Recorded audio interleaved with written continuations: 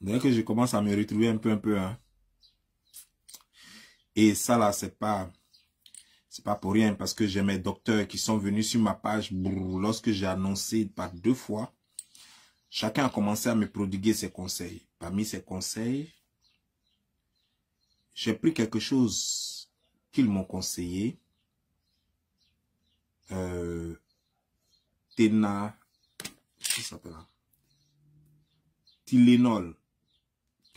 Tylenol ou Tylenol. Ouais, Tylenol.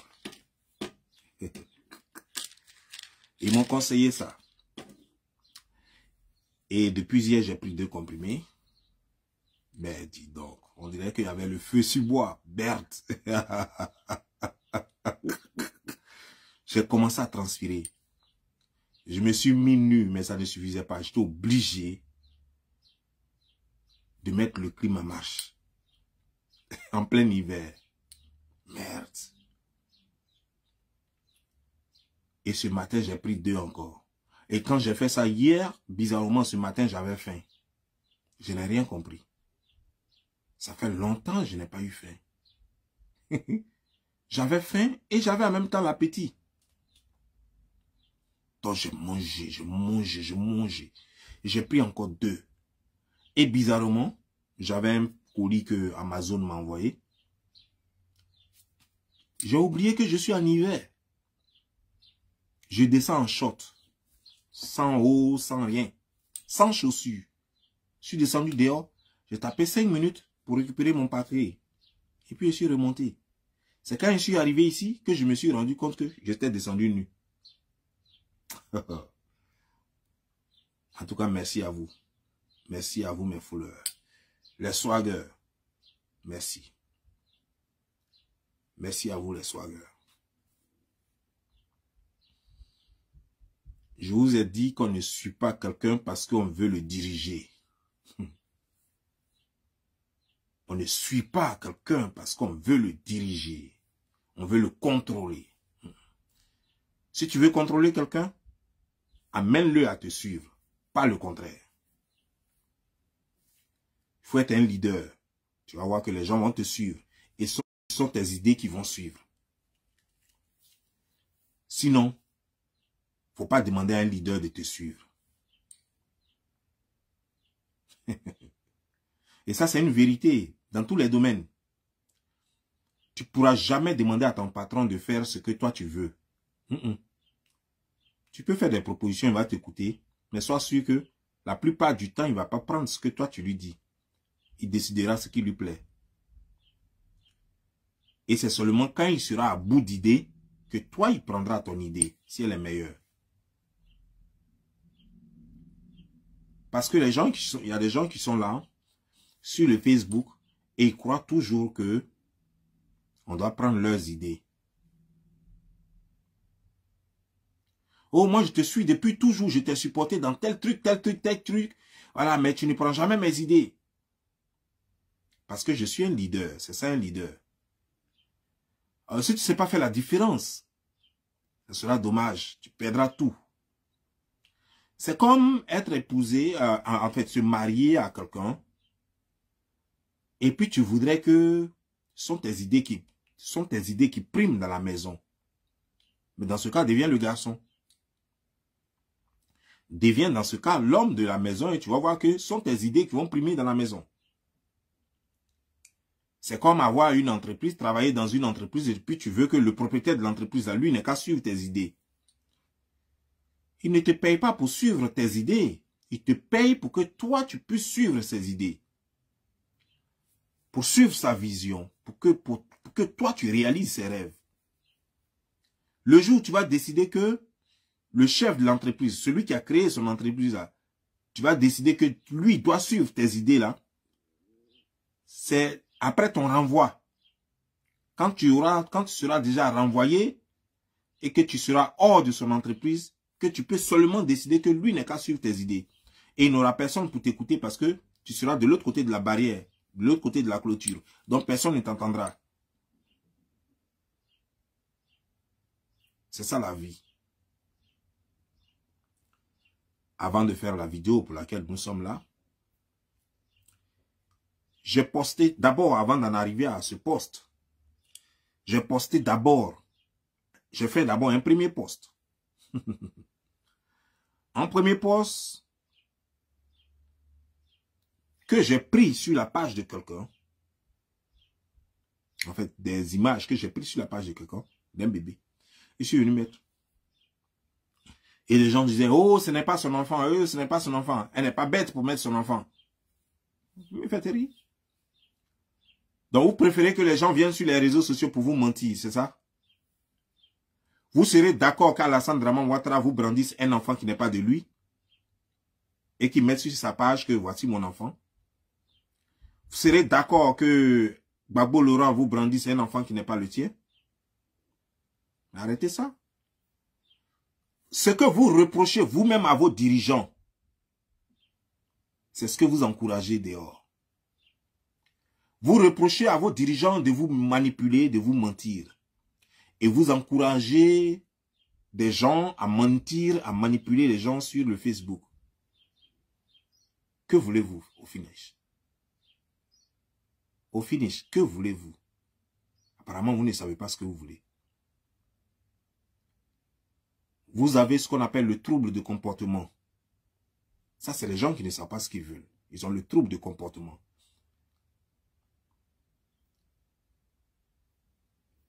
Mais laissez-moi vous dire une chose. J'ai mis ce matin la photo du créateur de Facebook. Depuis combien d'années ce monsieur a créé Facebook? Et il est en train de changer nos habitudes chaque jour que Dieu fait.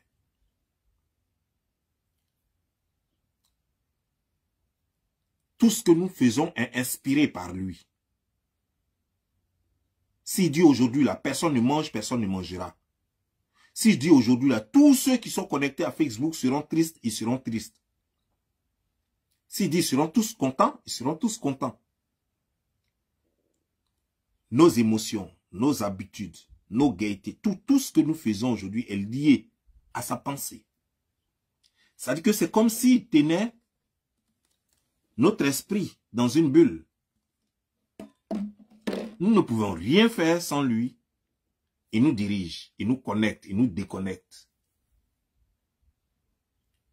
Et lui le fait sciemment.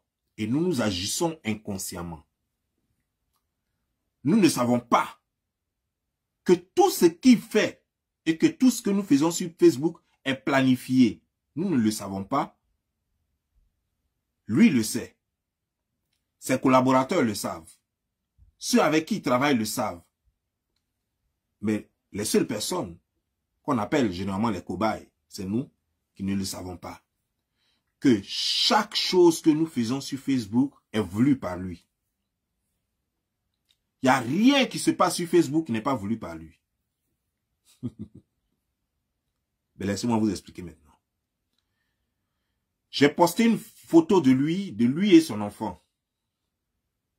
Et j'ai compris combien de fois certains, je précise bien, parce que je ne suis pas en train d'insulter les swaggers. Les swaggers ne peuvent pas réfléchir comme ça. Un swagger ne réfléchit jamais comme ça. Parce qu'un sniper, c'est le militaire le plus intelligent de tous les militaires. Je répète, un sniper, un tireur d'élite en français, c'est le militaire le plus intelligent de tous les militaires au monde. C'est l'homme qui est très patient, il observe beaucoup, il endure beaucoup, c'est-à-dire que le gars peut rester pendant des heures et des heures dans le froid. Même si son pied est gelé, il va rester là parce qu'il attend sa cible. Il ne va rien ressentir. Il ne va même pas ressentir cette douleur-là. Même si c'est dans la chaleur, une chaleur atroce, il va rester dans cette chaleur. Il va se mettre des herbes là-dessus en plus. Serpent va passer sur lui. Ce n'est pas son problème. Il va rester là. Il attend sa cible. Un swagger,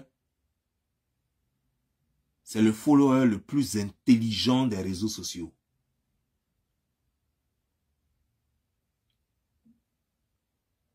Donc, ce n'est pas bien sûr à eux que je m'adresse. Je m'adresse aux autres, aux passants. Voilà ce que j'ai lu. 1 «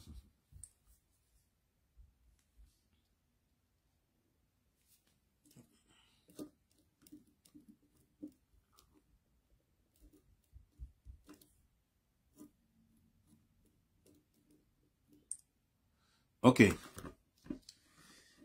Il y a un qui dit, son bébé a plus d'argent que nous. Regardez, mentalité d'un être humain. Il dit, le bébé de Mark Zuckerberg a plus d'argent que nous. Et je parie qu'il y a beaucoup qui réfléchissent comme ça. Parce que le papa est riche, alors on estime que l'enfant est riche.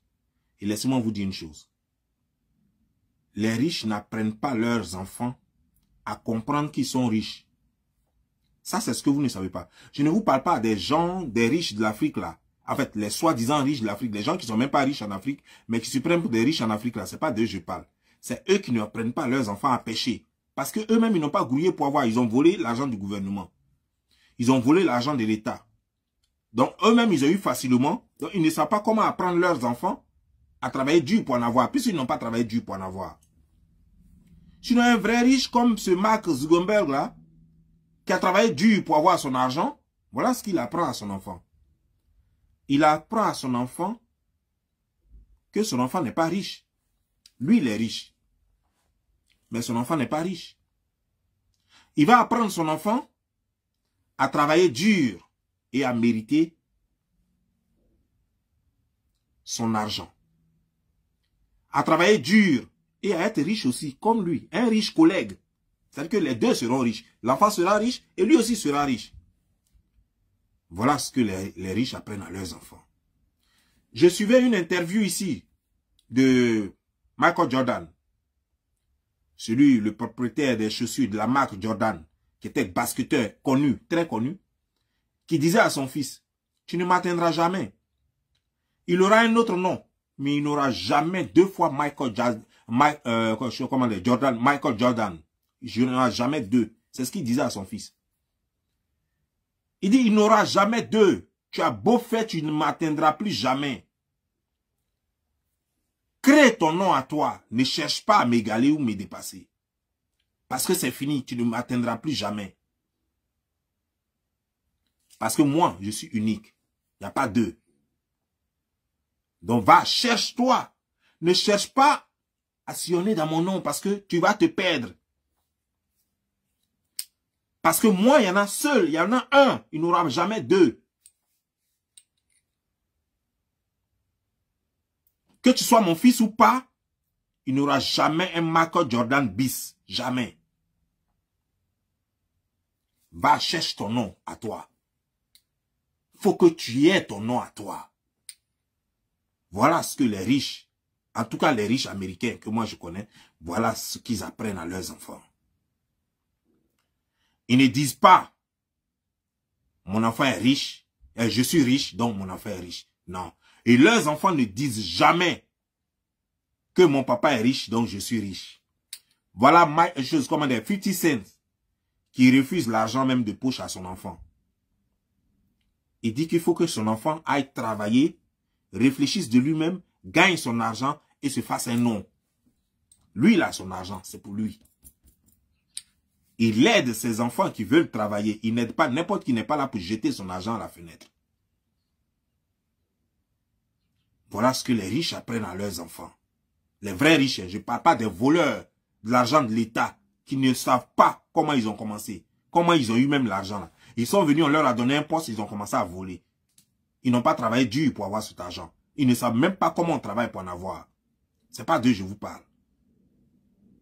Parce que celui qui n'a jamais travaillé dur pour avoir de l'argent ne sait pas comment on travaille pour en avoir. Donc il ne peut pas enseigner comment on travaille pour en avoir. Il va juste donner, donner, donner. Et quand son fils va lui demander, mais papa, on fait comment pour en avoir? Il dit, mais je ne sais pas. Parce qu'effectivement, il ne sait pas. Donc peut-être que son fils doit attendre la prochaine nomination pour qu'on le nomme aussi et puis il va voler lui aussi. Tant qu'il n'y a pas de nomination, il ne sera jamais riche comme son père. Alors que les Américains ici, les gens ont bossé dur pour gagner le nom qu'ils portent là. Et il y a un qui a dit, je préfère ne pas le dire simplement, je vais aller lire son commentaire et vous allez comprendre les choses.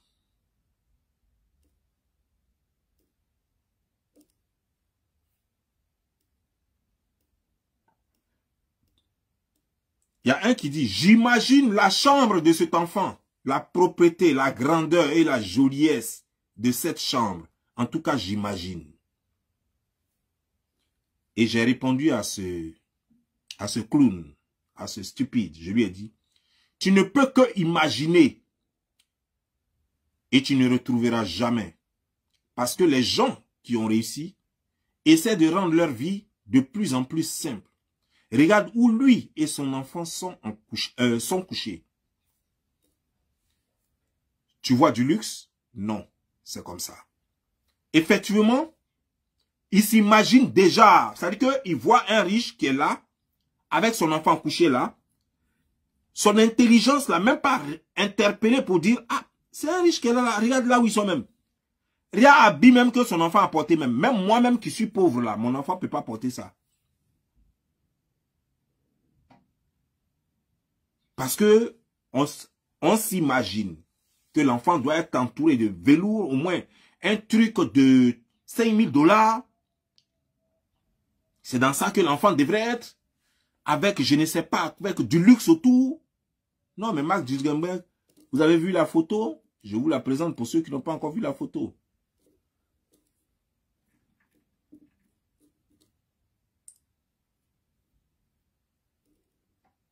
Voilà la photo. Vous avez vu Koweït qui est à côté là? C'est Koweït que n'importe qui peut payer. Regardez ce que l'enfant a porté. Oh, c'est parce que l'enfant a porté un truc percal. C'est du percal. Ben, comme quand je mets ça dans bon, vous allez aller sur ma page après, vous allez voir de toute façon. Du percal coloré. C'est ça que son enfant a mis. Là où ils sont là, ils sont dans des fauteuils. Pas des fauteuils de luxe. Juste un oreiller simple. Même pas des oreillers de ce genre. À côté. Ça, c'est riche. Hein. Pourtant, lui, là, il est vachement riche. Vous imaginez que les riches, là, où ils dorment dessus de l'or. Vous imaginez que les riches, leurs chaussures coûtent des millions de $. Vous imaginez que les riches, leurs lits sont en baldaquin. Ça, c'est l'imagination.